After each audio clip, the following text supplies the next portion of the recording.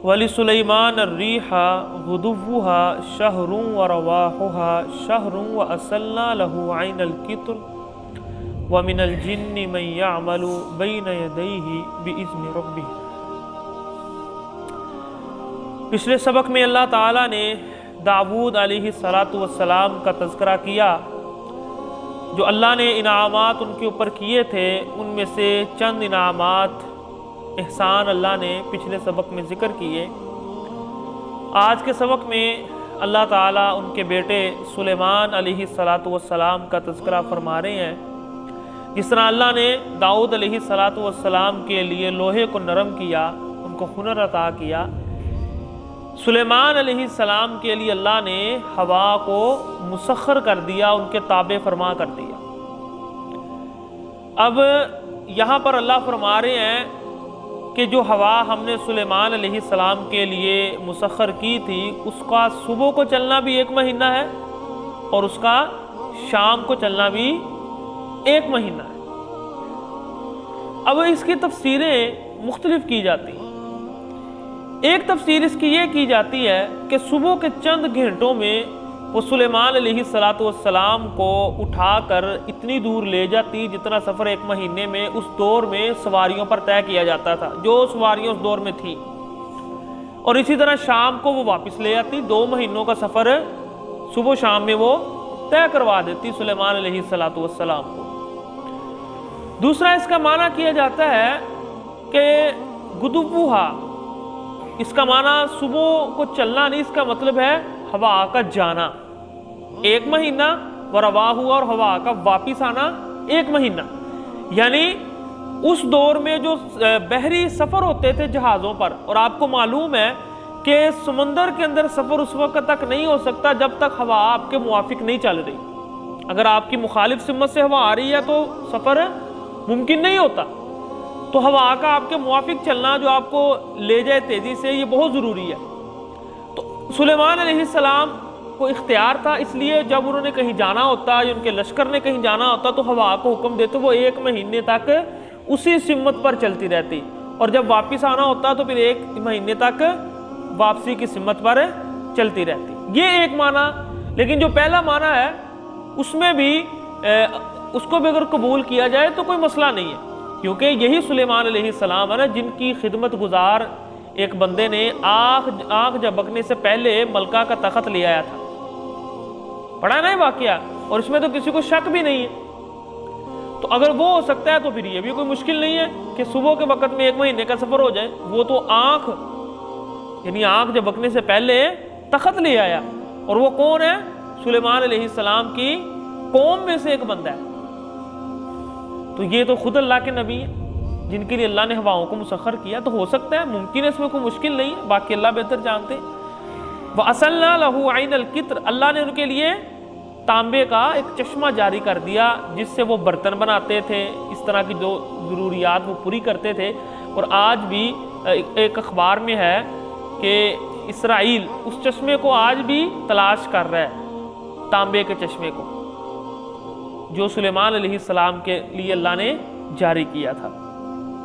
व मिनल जिन्नि मन यअमलु बैन यदैहि बिइज़्नि रब्बी, और इसी तरह जो शैतान जिन होते थे उनको भी सुलेमान अलैहिस्सलातु वस्सलाम के ताबे किया था अल्लाह ने। वो उनके लिए क्या करते थे? पहले अल्लाह फरमा रहे कि हमने उनके ताबे किया था। वो मन यज़िग मिनहुम अन अमरिना नुज़िक़हु मिन अज़ाबिस सईर, जो भी उनके हुक्म ना मानता उनको अल्लाह क्या करते? आग का अजाब देते। तो इसमें यह है कि आखिरत में भी हो सकता है और फौरी भी, यानी जब वो सुलेमान अलैहिस्सलातु वस्सलाम की बात को नहीं मानते थे अल्लाह उनको फौरी आग के ज़रिए सज़ा देते थे। फरिश्ते को मुकर्रर किए होंगे जो उनको आग की सज़ा देते हैं। तो बहरहाल अल्लाह फरमा रहे कि अगर वो उनकी बात को नहीं मानते थे तो अल्लाह ताला फिर उनको इसी तरह सज़ा देते थे। यही वो हुकूमत है जिसके बारे में सुलेमान अलैहिस्सलातु वस्सलाम ने अल्लाह से दुआ की थी कि अल्लाह मुझे ऐसी बादशाहत अता फरमा, रब्बी हबली मुल्कल्ला यंबगी लि अहदिम मिन बादी, कि अल्लाह किसी और को फिर उसके बाद ऐसी बादशाहत ना मिले। तो ये चीज़ें ये पढ़कर ऐसे लगता है जैसे इस दुनिया की बातें नहीं है, समझ आई ना बात की? ये एक जहनी बातें हैं, लेकिन ये हकीकत है। अल्लाह ने उनको बादशाहत ही ऐसी दे दी थी कि किसी को उसके बाद नहीं मिली। तो वो जो शैतान थे, वो जिन थे, वो उनके लिए काम करते थे। यामलून लहू मा यशाउ, वो उसके लिए बनाते थे जो वो चाहता था। मिन महारिब, सतून, बड़े बड़े मेहराब, इमारतों के, व तमासील, और मुजस्मे। अब जो भी आज के दौर में ये तस्वीरें बनाते हैं ना, मुजस्मा साजी करते हैं, वो दलील यहां से लेते हैं, जिसको हम हराम कहते हैं ना, कि मुजस्मे तस्वीरें बनाना हराम है। यानी एक तो होता है मोबाइल से, उसमें तो चलो इख्तलाफ है, कुछ जायज़ कहते हैं, कुछ कहते हैं कि ये भी नहीं जायज़। लेकिन ये जो हाथ से तस्वीरें या तराश के बुत बनाते हैं या हाथों से पेंटिंग करते हैं, उसकी तस्वीर, आंखें वगैरह, ये हराम है। इसमें उम्मत का इत्तिफाक है, उलमाए किराम का। अच्छा, यहाँ से जो लोग बनाते हैं वो दलील पकड़ते हैं कि सुलेमान अलैहिस्सलातु वस्सलाम अपने लिए मुजस्मे बनवाते थे, तो अल्लाह ने कुरान में उनका जिक्र किया है। तो यहाँ पर यह भी नहीं कह सकते आपके पहली उम्मतों में ये जायज़ था, क्योंकि तुरात के अंदर भी अल्लाह ने मना किया है। किस तरह कि कोई भी ऐसी चीज़ जो आसमान में उड़ती है, ज़मीन पर मौजूद है, या समंदरों के पानियों के अंदर मौजूद है, उसका मुजस्मा नहीं बनाना। तुरात में वाज़े तौर पर हुक्म है ये, यानी ये सिर्फ इस शरीयत में ही हराम नहीं है, पहली शरीयतों में भी हराम है। अब यहाँ पर आप देखें, तमासील कहते हैं मुजस्मे को। अब इसमें मुजस्मा जानदार चीज़ों के भी आते हैं और गैर जानदार चीज़ों के भी आते हैं, जिस तरह पहाड़, दरख्त, पौधे, ये सारी जो है ना बेजान, जिनकी शक्ल और सूरत नहीं है, वो भी आते हैं और दूसरे भी आते हैं। तो ये जो होती है ना बेजान चीज़ें, इनके मुजस्मे बनाने की शरीयत इजाज़त देती है। यानी जिसका सर नहीं है, आंखें नहीं है, ये पहाड़ हो गए, ये कुदरती मंजर हो गए, इसका शरीयत नहीं रोकती। शरीयत किससे रोकती है? जिसमें जान है, उसका मुजस्मा बनाने से। ठीक है, तो ये एक लफ्ज़ है कि सुलेमान अलैहिस्सलातु वस्सलाम बनवाते थे। अब ये नहीं कहा जा सकता कि वो अल्लाह के हुक्म की नाफरमानी करते होंगे। ज़रूर या तो ऐसा होगा कि जो वो इमारतें बनाते थे पहले जिन्नों से उनका मॉडल बनवाते हो कि आपने इमारत जो बनानी है कैसी बनानी, मुझे बनाकर दिखाएं। ठीक है, या किसी गैर जानदार चीज़ की। तो बात करने का मकसद ये है कि एक ऐसी चीज़, हराम चीज़, जिसके बारे में वाज़ेह अहादीस मौजूद हैं। अल्लाह के रसूल फरमाते हैं कि तस्वीरें बनाने वाले अल्लाह के यहाँ क़यामत के दिन सबसे बदतरीन लोग होंगे। इतनी वाज़ेह अहादीस जहाँ पर मौजूद हैं, आप कुरान के एक ऐसे लफ्ज़ से कैसे दलील ले सकते हैं जिसके अंदर दोनों माना मौजूद हैं? यानी तमासील उसको भी कहते हैं जो गैर जानदार है, और तमासील उसको भी कहते हैं जो जानदार है। अब सुलेमान अलैहिस्सलातु वस्सलाम कौन से मुजस्मे बनाते थे अल्लाह जानता है, और आप इससे दलील ले रहे हैं जानदार चीज़ों के मुजस्मे बनाने की। हालांकि जानदार चीज़ों के बारे में अल्लाह के रसूल के वाज़ेह अहकामात मौजूद हैं कि ये हराम है, बदतरीन लोग हैं अल्लाह के नज़दीक। ठीक है, तो ये समझना चाहिए कि हम क्या कर रहे हैं। आगे वो फरमा रहे हैं, अल्लाह ताला फरमा रहे हैं वजिफानिन कल जवाब, और वो थाल बनाते थे, यानी फौज उनकी थी बहुत बड़ी। तो जिस तरह तालाब होता है ना, इतने इतने बड़े थाल होते थे खाने के लिए, जिसमें बैठकर लोग इर्द गिर्द खाते थे। वक़दूर रासियात, और इसी तरह देगें होती थी जो ज़मीन के अंदर ही गड़ी होती थी, यानी पहाड़ों को तराश तराश कर वो देगें बनाई होती थी।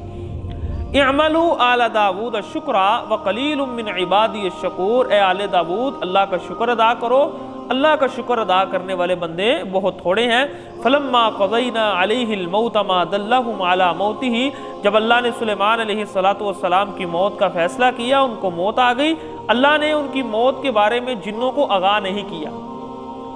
इल्ला दाबतुल अर्ज़, जो एक जानवर था ज़मीन का, जिसको स्योंक आप कहते हैं, तअकुलु मिन साअतहु, उसने उनकी लाठी को खाया।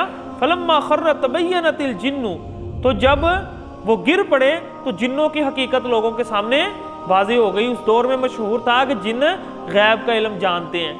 तो अल्लाह ने इस अंदाज से लोगों के अकीदे को दुरुस्त किया कि अगर ये गैब का इल्म जानते होते तो ये कभी ना समझते कि सुलेमान अलैहिस्सलातु वस्सलाम जिंदा हैं और वो हमें देख रहे हैं। उनको पता चल जाना चाहिए था और वो इतनी मुसीबत में ना पड़े रहते। वो जो इतनी मुसीबत, क्योंकि ये वो जिन थे जो नेकोकार नहीं थे, शैतान जिन थे, शरीर, उनको जबरदस्ती इनके ताबे फरमा किया हुआ था, और अगर वो नहीं फरमा बरदारी करते थे तो उनको सजा मिलती थी। तो अगर उनको ये पता चल जाता कि हमारे सामने जो मौजूद है वो हमें देख नहीं रहे, तो वो कभी भी इतने मुश्किल काम, पत्थर भारी भरकम ना लेकर आते। और ना वहां इमारतें बनाते। तो ये अल्लाह ने क्या किया, अल्लाह कानू यअलमूनल गैब, अल्लाह ने बता दिया कि ये गैब नहीं जानते। अब यहाँ एक मसला ये है कि वो लाठी जो थी जिस पर सुलेमान अलैहिस्सलाम खड़े रहे, वो कितनी देर तक खड़े रहे, इसमें लोग बहुत तकल्लुफ करते हैं। कुछ कहते हैं सालहा साल खड़े रहे। अब देखें, अकल इस चीज को नहीं मानती। वो कोई आम बंदा नहीं था जो जंगलों में था, जिसको कोई जानता नहीं था। वो एक बादशाह थे, और आपको पता है बादशाहों के काम कितने होते हैं। थोड़ी देर बाद मुलाजमों को जरूरत पड़ जाती है, कोई बाहर से बंदा मिलने के लिए आ जाता है, 100 काम होते हैं। तो ये कैसे मुमकिन है कि किसी ने पूछा ही नहीं उनसे आगे बढ़कर कि आपको किसी चीज़ की ज़रूरत है, या आपके खाने का वक़्त हो गया है, आपके आराम का वक़्त हो गया है, आप खड़े क्यों हैं, इतनी देर हो गई, किसी ने पूछा ही नहीं। तो ये अकल नहीं मानती। असल बात जो एक मुहद्दिस फरमाते हैं, वो इन्होंने इसका हल ये बताया है कि जो लाठी थी ना, हो सकता है वो पहले ही उसको स्योंक ने खाया हो, पहले ही वो कमज़ोर हो, और सुलेमान अलैहिस्सलाम उस पर टेक लगा कर खड़े हो गए। और जब एक तो होता है इंसान मुनासिब सा वजन डालता है, लेकिन अब रूह कब्ज़ हो गई है, अब रूह कब्ज़ हो गई है, वजन ज्यादा डल गया उस पर, और स्योंक भी लगी हुई है, अपना काम कर रही है। वो 2, 4, 5 घंटों के बाद वो नीचे गिर गए। ठीक है, इतना अरसा तो 1 मिनट भी हो, जिन्हों को ना पता चला हो तो वाज़ेह है कि वो गैब का इल्म नहीं जानते। तो 2 घंटे, 4 घंटे, 1 घंटा, वो कितनी भी देर खड़े रहे हैं, जिन्हों को नहीं पता चल सका कि ये फोत हो गए, और वो काम करते रहे। और अल्लाह ने इतनी सी मुद्दत में लोगों को बता दिया कि इनको पता नहीं चल सका। तो इसके लिए ये कहना कि वो पता नहीं कितने साल उस लाठी पर रहे, तो ये अकल नहीं मानती इस बात को। तो बहरहाल अल्लाह फरमा रहे हैं कि अल्लाह कानू यअलमूनल गैब, लोगों को पता चल गया कि जिन गैब नहीं जानते, मा लबिसू फिल अज़ाबिल मुहीन, क्योंकि अगर उनको पता चल जाता कि ये फोत हो चुके हैं तो वो कभी भी इस सज़ा में ठहरे न रहते।